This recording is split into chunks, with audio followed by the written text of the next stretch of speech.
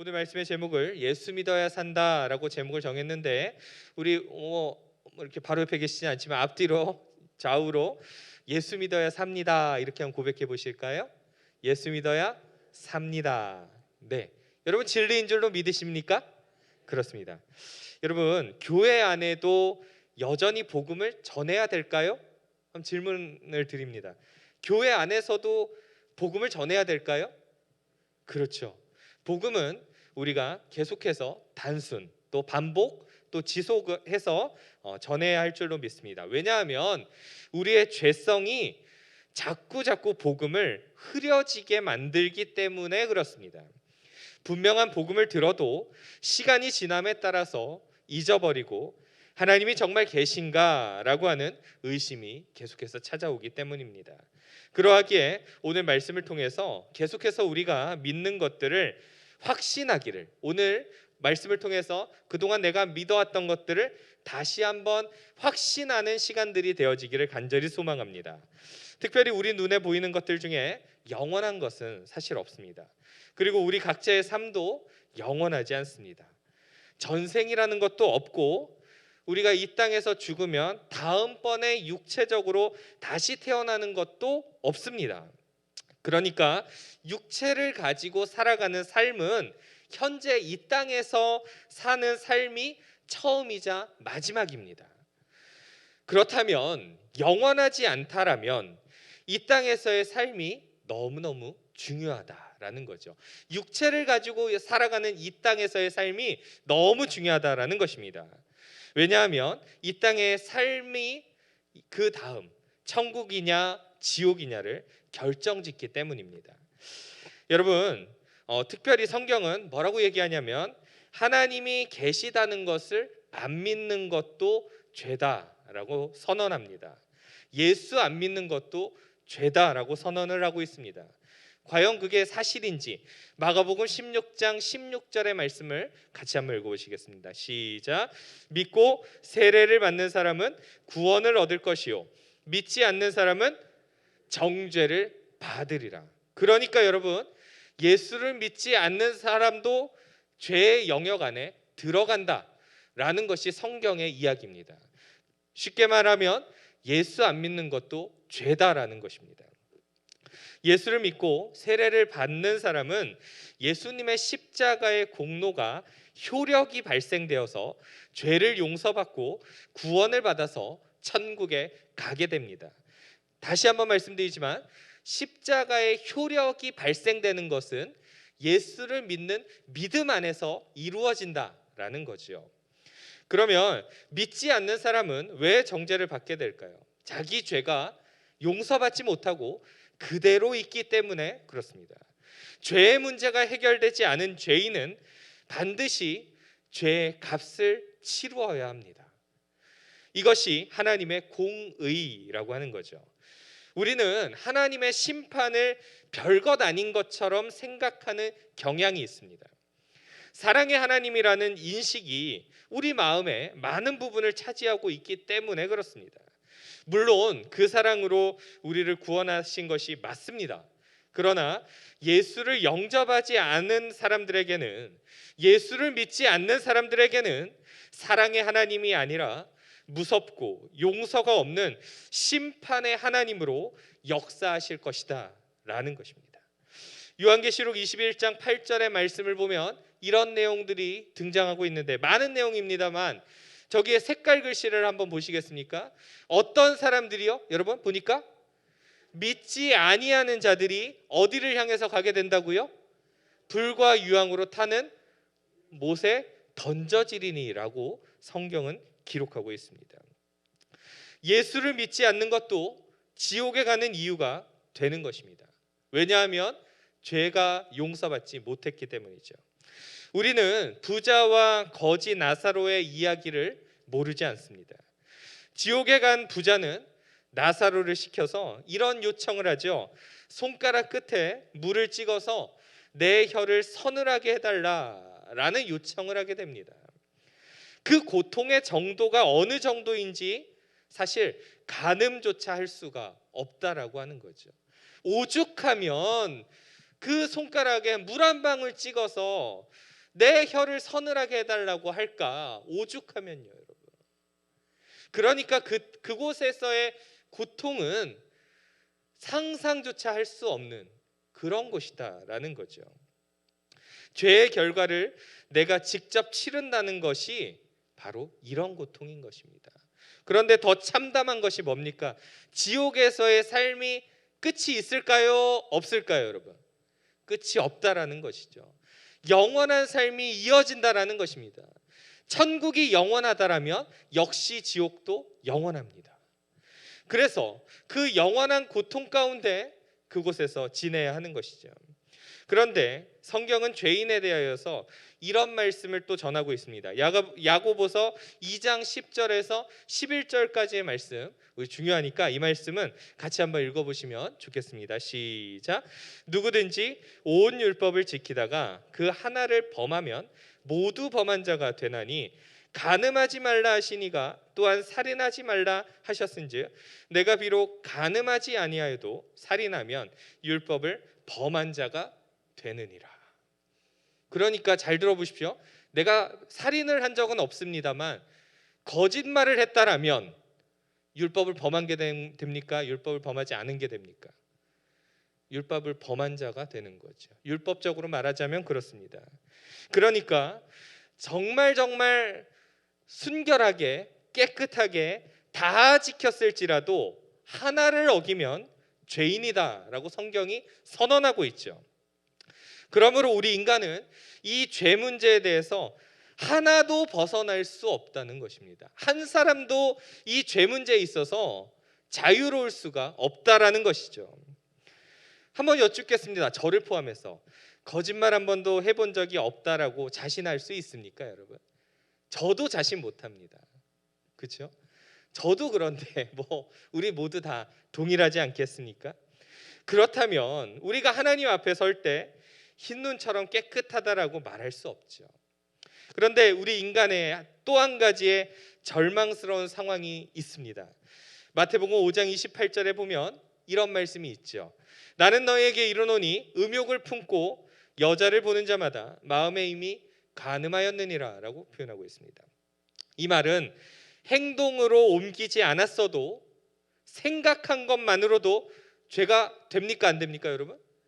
죄가 된다라는 표현입니다. 아니, 행동으로 옮기지 않았는데 단지 생각했을 뿐인데, 그런데 그 생각도 죄의 영역 안에 들어간다는 것입니다. 이것이 우리 인간의 비참한 모습이죠. 그런데 우리가 죄를 하나도 안 짓고 살 수 있을까? 절대 불가능하다라는 거죠. 만약에 우리가 죄의 문제를 해결되지 못한 상태로, 죄의 문제를 용서받지 못한 상태로 하나님 앞에 서게 될 때 우리의 죄들이 낱낱이 다 드러날 텐데, 그러면 용서받지 못한 지금까지 태어나서 지금까지의 모든 죄들이 다 드러난다라면 얼마나 부끄럽겠습니까? 그러므로 이 죄로부터 벗어날 수 인간은 하나도 없다는 것입니다. 가끔 그런 사람들도 있습니다. 복음이 들어오기 전에 예수 믿을 기회조차 없었던 사람들은 어떻게 됩니까? 뭐 우리가 굉장히 존경하는 인물들 중에는 뭐 이순신 장군도 있고 뭐 신사임당도 있고 뭐 세종대왕도 있고 뭐 어떻게 됩니까? 하나님의 기회도 안 주시고 너무 불의한 하나님 아닙니까? 이런 질문을 할 수도 있죠. 그런데 로마서 1장 19절에서 20절까지의 말씀 보면 이런 내용이 등장하고 있습니다. 같이 한번 또 읽어보실까요? 시작. 이는 하나님을 알만한 것이 그들 속에 보임이라. 하나님께서 이를 그들에게 보이셨으니라. 창세로부터 그의 보이지 아니하는 것들 곧 그의 영원하신 능력과 신성이 그가 만드신 만물에 분명히 보여 알려졌나니 그러므로 그들이 핑계하지 못할지니라. 아멘. 하나님께서 이미 그가 만드신 모든 만물들 가운데 하나님이 계시다는 것을 알려주고 계십니다. 산과 들과 나무와 꽃을 바라보면서 이것을 만드신 분이 누구일까? 이것을 알려주고 계십니다. 그러므로 여러분, 죄의 문제를 해결할 수 있는 사람은 단 한 사람도 없습니다. 이대로 내버려 두면 모두 지옥 가서 영원히 죄값을 치러야 하는 운명입니다. 그리고 이 운명은 누구도 자기 스스로 바꿀 수가 없습니다. 구약 시대에는 그래서 동물에게 내 죄를 전가시켜서 동물을 대신 죽이게 되죠. 여기에서 중요한 키포인트는 대신 죽인다는 것입니다. 내가 죽어야 됨에도 불구하고 동물이 나를 대신해서 죽는다라는 의미죠. 이게 바로 핵심이죠. 그러나 이 제사도 계속 반복해서 드려야 했던 것입니다. 예수님이 오셔서 이제 영원하지 않은 제사를 영원한 속죄, 단 한 번의 속죄로 끝을 내게 되시는데, 우리 히브리서 9장 12절의 말씀을 또 같이 읽어보실까요? 시작. 염소와 송아지의 피로 하지 아니하고 오직 자기의 피로 영원한 속죄를 이루사 단번에 성소에 들어가셨느니라. 아멘. 예수님의 십자가의 죽음이 색깔 글씨를 보면 뭘 이루었다고요? 영원한 속죄. 영원한 속죄. 그러니까 영원히 자신의 죄가 용서되어지는 그런 은혜를 우리가 받았다는 것입니다. 영원하지 않은 것에 영원한 것을 주기 위해 예수님이 우리를 대신해서 죽으셨다는 것입니다. 가치가 없는 것에 가치를 부여하기 위해 가치가 있으신 그분이 십자가에서 죽으셨다는 것입니다. 여기에 굉장히 놀라운 은혜가 있는 것입니다. 저는 예수님의 십자가의 사랑을 묵상하고 또 하나님 아버지의 사랑을 묵상하면서 자녀를 키워보면서 이게 과연 가능한 일인가 라는 생각들을 해보게 됩니다. 여러분, 남을 위해 내 자녀를 죽일 수 있습니까? 가능하십니까, 여러분? 안 나와본 친구가 그 얘기를 하니까 이제 당황스러운데 여러분, 불가능하죠. 우리의 인간적인 마음을 보면 도저히 불가능합니다. 그런데 한 가지 더 질문을 드리겠습니다. 원수를 살리기 위해 내 자녀를 죽일 수 있습니까? 불가능하죠. 원수를 살리겠다고 내 자녀를 죽인다면 이거는 미친 짓 아닙니까, 여러분? 그죠? 오늘 굉장히 많이 호응을 해줘서 감사합니다만, 그런데 하나님의 사랑이 바로 그런 사랑이라는 것입니다. 원수 되었던 우리를 살리기 위해서 자기 자식을 죽입니다. 근데 또 한 가지가 이해가 안 되는 부분이 있습니다. 그게 뭐냐면 아들이신 예수님이 그 명령에 순종을 합니다. 하나님 아버지의 원수된 이를 살리기 위해서 자기가 기꺼이 십자가에서 죽습니다. 이 사랑이 여러분들은 이해가 되십니까? 우리가 예수님의 사랑에 대해서, 하나님의 사랑에 대해서 사실은 너무 이론적으로만 알고 있습니다. 그런데 이걸 우리의 삶으로 한번 도입을 시켜보면 내 자식을 과연 죽일 수 있을까? 이거는 정말 하나님 아버지의 그 뜨거운 사랑이 아니면 절대 불가능하구나라는 것을 우리 스스로가 느껴보게 됩니다. 여러분, 예수님의 십자가는 내가 져야 하는 십자가였습니다. 내가 죽어야 하는 십자가였습니다. 내가 담당해야 하는 십자가였습니다. 그런 우리를 대신해서 예수님이 십자가를 지신 것은 우리에겐 놀라운 은혜가 되는 줄로 믿습니다. 아멘이시죠, 여러분? 그렇습니다, 여러분. 고린도후서 5장 14절에서 15절까지의 말씀을 보면 이런 내용이 등장하고 있습니다. 좀 길기는 합니다만 우리 한번 또 같이 읽어보시겠습니다. 시작. 그리스도의 사랑이 우리를 강권하시는도다. 우리가 생각하건대 한 사람이 모든 사람을 대신하여 죽었은즉 모든 사람이 죽은 것이라. 그가 모든 사람을 대신하여 죽으심은 살아있는 자들로 하여금 다시는 그들 자신을 위하여 살지 않고 오직 그들을 대신하여 죽었다가 다시 살아나신 이를 위하여 살게 하려 함이라. 할렐루야. 아멘. 그렇습니다. 예수님의 그 십자가의 사랑을 통하여서 한 사람이 죽으심으로 말미암아서 우리 모두가 살아나는 놀라운 은혜가 있게 되었다라는 것입니다. 우리 중에 남을 위해서 기꺼이 죽을 수 있는 사람이 누가 있겠습니까? 그런데 그 사랑을 예수님이 베풀어 주신 것입니다. 자신의 죄가 아님에도 불구하고 우리의 모든 죄를 뒤집어 쓰고 죽으셨다라는 거죠. 여러분, 우리는 살다 보면 억울한 일을 만날 때가 가끔씩 있습니다. 근데 그것만 가지고도 막 분노가 일어나고 나의 결백을 주장해 보려고 막 애를 쓰지 않습니까? 그런데 예수님께서 정말 가장 힘없는 어린 양처럼 그 모든 죄들을 담당하셨다라는 것입니다. 고린도후서 5장 17절에는 이런 말씀이 있습니다. 그런즉 누구든지 그리스도 안에 있으면 새로운 피조물이라. 이전 것은 지나갔으니 보라 새 것이 되었도다. 할렐루야. 우리는 새로운 피조물이 되었다라는 것입니다. 이 말은 완전히 새로운 존재가 되었다는 것입니다. 예수를 믿기만 하면 새로운 피조물이라는 것입니다. 하나님이 우리에게 대단한 것들을 요구하시는 것이 아니라 예수를 믿는 믿음을 보신다는 것입니다. 그 믿음을 보시고 우리의 모든 죄를 용서해 주시고 우리를 천국에 들어가게 하십니다. 그리고 우리의 죄를 기억조차 하지 않으십니다. 믿으시기를 바랍니다. 예수를 믿는다는 그것만으로 우리의 죄를 간과하십니다. 없는 것으로 여기십니다. 기억조차 하지 아니하십니다. 동의서에서 먼 것처럼 기억조차 하지 않으신다라고 약속하고 계십니다.